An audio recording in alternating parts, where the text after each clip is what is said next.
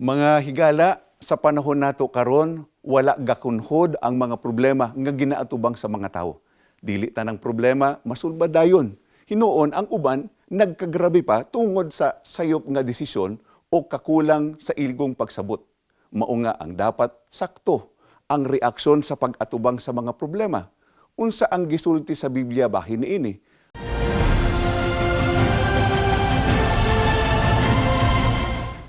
Mga mahal namong mga higala, maayong adlaw kaninyong tanan. Kamusta kamo? Welcome sa bagong episode sa Kini ang Kamatuoran. Samtang galabay ang panahon, imbis nga mukunhod ang mga problema nga giatubang sa mga tawo, gadaghan og nagkagrabe pa. Sa samang higayon, makita nga ang matag usa, lahi og reaksyon sa pag-atubang sa ilang mga problema, dili tanang problema masulbad dayon. Hinuon ang uban nagkagrabe pa tungod sa sayop nga desisyon o kakulang sa igong pagsabot. Busa kun ang paagi sa usa ka tawo sa pag-atubang sa iyang problema dili sakto, imbis nga masulbad kini, mahimo pa hinuon nga moresulta sa mga dakong kadaot ug kaalaot. Busa importante kaayo nga ang tanan makakaton unsaon pag-atubang sa mga problema nga husto aron malikayan nga mograbe kini og makab-ot ang maayong kinabuhi. Sa atong pagatun-an karon, itudlo sa ato gikan sa Biblia kung unsa ang mga sayop nga reaksyon sa uban kung sila makasinati og mga problema. Ang Biblia usab magatambag kanato nga kinahanglan adunay husto nga mga reaksyon sa mga problema nga atong masagubang. Unsa ang pipila sa sayop nga mga reaksyon sa uban kung makasinati og daghang problema sa kinabuhi? Mao kini ang atong mabasa dinhi sa Salmo 40:12, mao kini ang atong mabasa, paminawan ninyo mga mahal namong higala.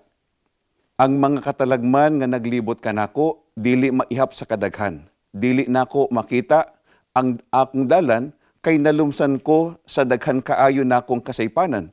Mas daghan pa kini sa mga buhok sa akong ulo ug naluya ako pag-ayo. Mga mahal namong higala, usa kini kasayop nga reaksyon kung daghan ang mga problema o katalagman nga atong masagubang nga moingon kita nga naluya ako pag-ayo. Dili ba ingon niini ang reaksyon sa uban? Labi na kung daghan kaayo ang mga problema sama sa atong gibasa, ang mga katalagman nga naglibot kanako dili maihap sa kadaghan. Mga mahal namong higala, dili kita dapat maluya bisan pipila ka mga problema at katalagman ang atong masagubang. Ang tinuod, ang pagkaluya, dili makatabang kanato sa pagsulbad sa problema. Tungod kadtong naluya, dili na makahuna-huna og klaro. Mao nga ang kasagarang resulta, kini dugang nga problema, mas daghan pang katalagman. Unsa pa ang ubang sayop nga reaksyon nga anaa sa uban kung sila adunay lisod nga sitwasyon sa kinabuhi? Mao kini ang nahasulat dinhi sa Job 7:1-4 ug 6, mao kini ang atong mabasa, paminawan ninyong maayo mga mahal namong higala. Ang kinabuhi sama sa pinugos nga pag-alagad sa sundalo, sama sa mabug-at nga trabaho, sama sa ulipon nga nangandoy nga mosilong sa landong, ug sama sa mamumuo nga nangandoy sa iyang suhol.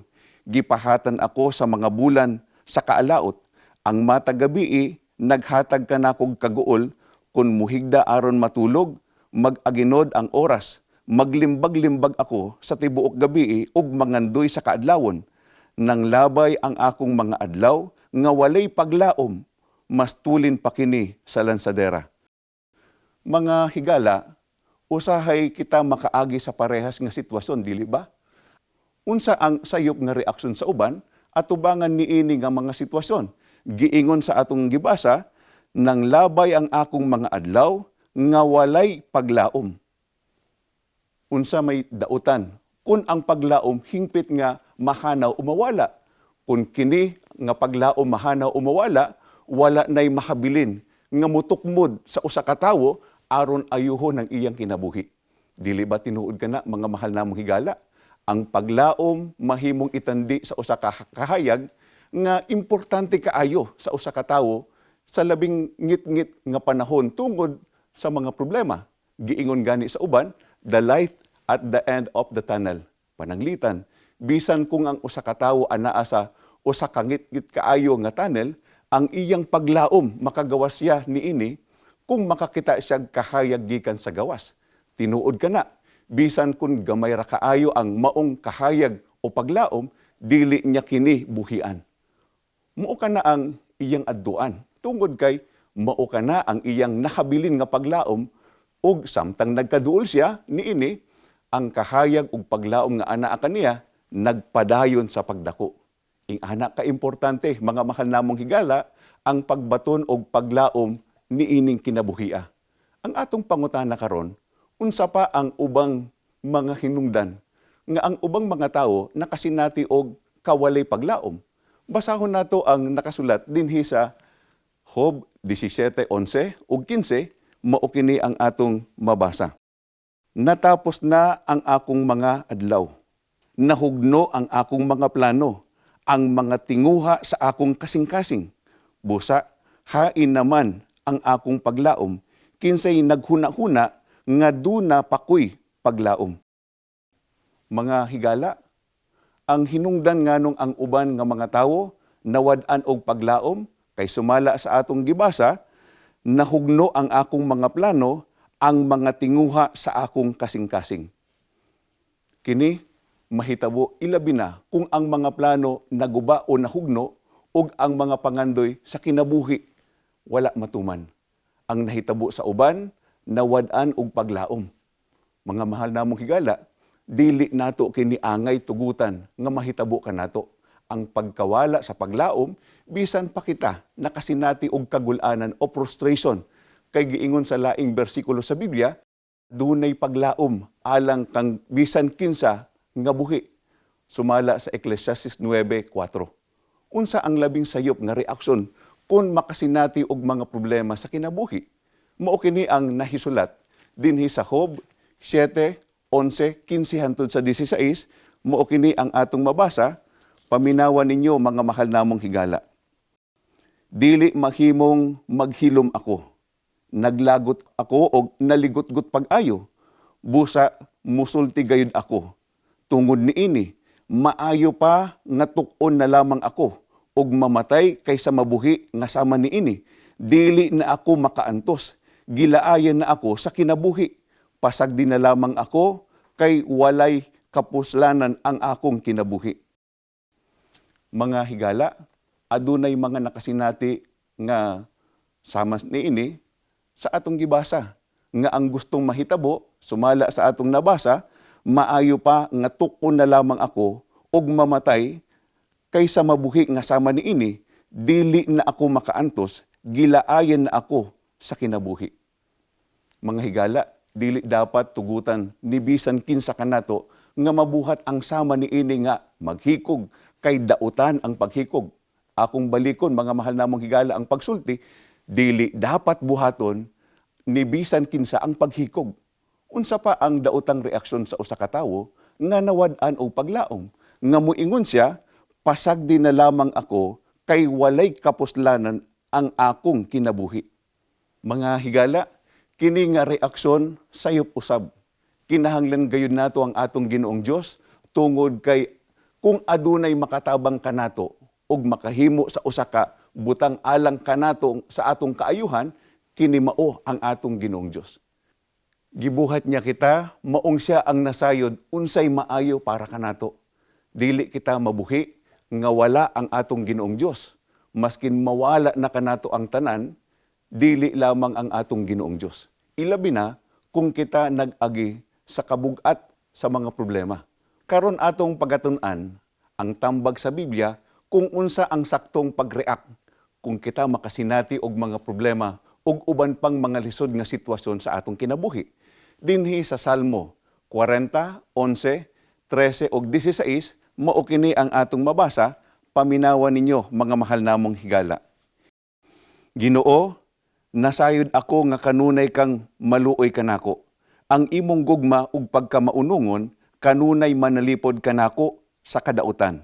Luwas sa intawon ako, Ginoo, tambagi dayon ako, magmalipayon og magsadya unta ang tanan nga modangop kanimo, ang tanan nga mapasalamaton sa kaluwasan nga gikan kanimo, moingon unta kanunay pagkagamhanan sa Ginoo.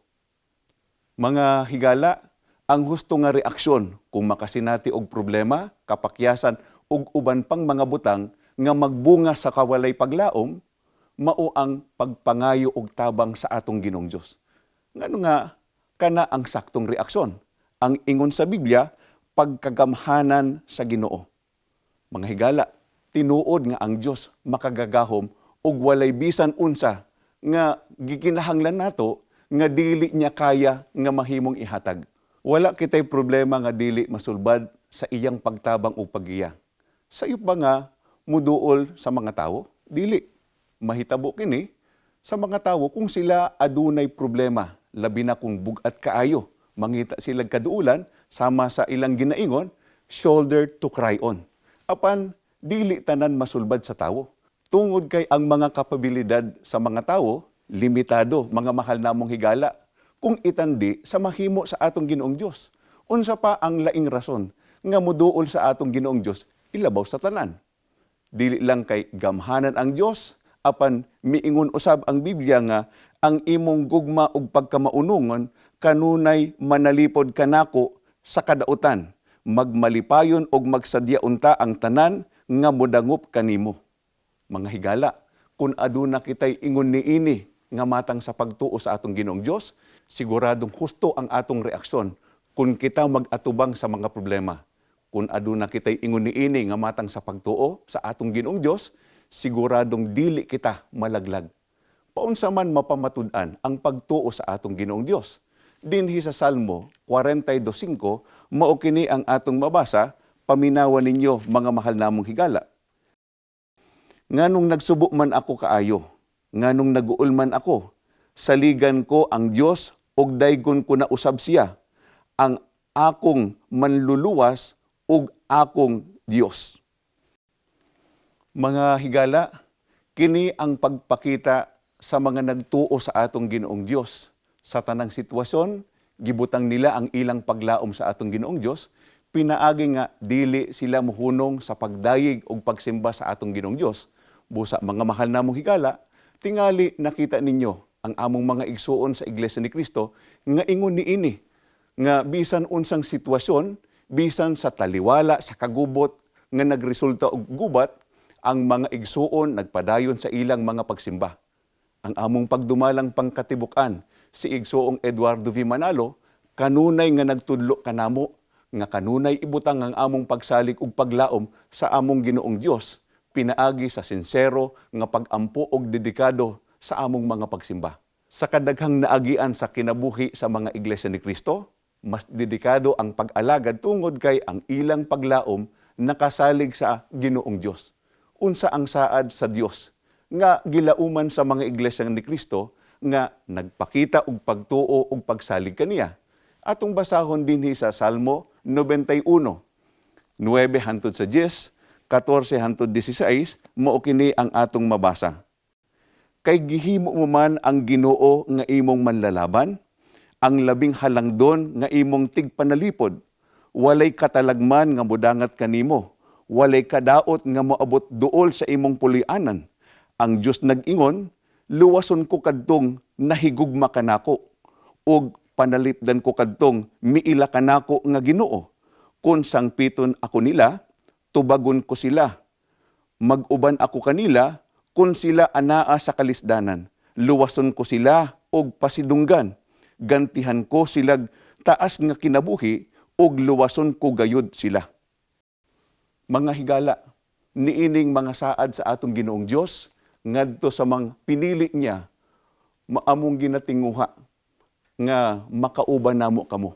Mao nga kanunay kaming nagadapit kaninyo nga padayon kamo sa pagpamati ug pagsusi sa Iglesia ni Cristo ug pangalyo po namo sa atong Ginoong Dios nga hatagan kita og grasya nga magkauban sa pagtuman sa tinuod nga pag-alagad kaniya dinhi sa sulod sa Iglesia ni Cristo ug makabaton sa katungod sa pagpanunod sa saad nga kaluwasan.